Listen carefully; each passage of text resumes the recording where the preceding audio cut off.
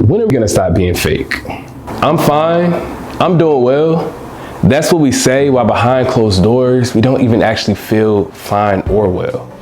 We constantly practice covering our internal reality with an external facade, and studies show that this is hurting us both physically and mentally. We live in a world where we prioritize the appearance of things over its actual reality. We don't allow ourselves and others around us to be human anymore. We get on social media and we are flooded with what seems to be the perfect lives of others.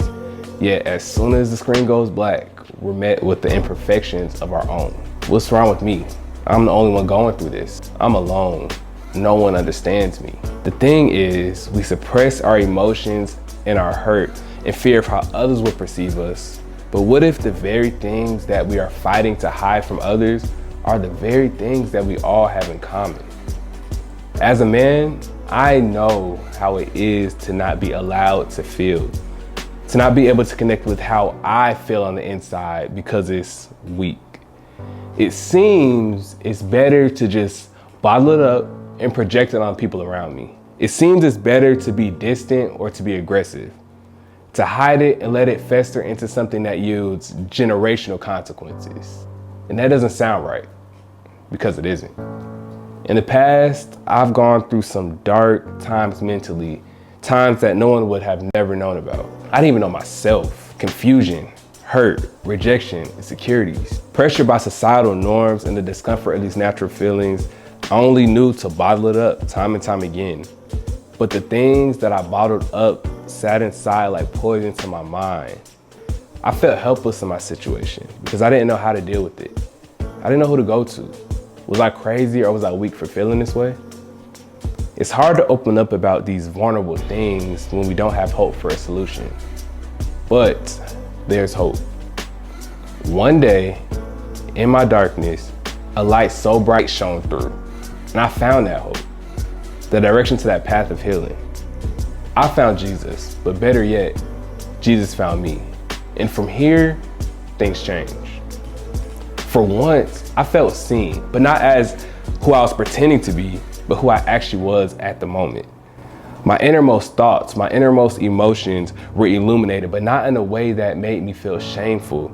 It was in a way that made me feel loved, understood, and hopeful to a new reality of the true peace and the true freedom that I have always been longing for, that I can actually have and not pretend to have.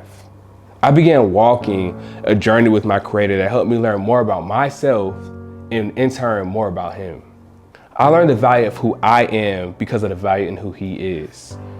I found the beauty in the things that I used to feel insecure about, the things that I used to feel were weak, because I realized where I'm weak, He's strong. From this point, I began to see others around me in the same situation. I began to see the world like a library of books. The cover is the nice, clean version that we all show off to others and even ourselves. But I realized that the true story and the true value of these books lie beyond the cover. The true story lies on the delicate pages within. Beyond the Cover is a faith-based platform dedicated to those who are tired of being fake, to those who aren't perfect, to those who want to feel seen, to those who want to hear the real stories, ones that meet them where they're at, ones that can actually relate to, ones that inspire the hope that we need.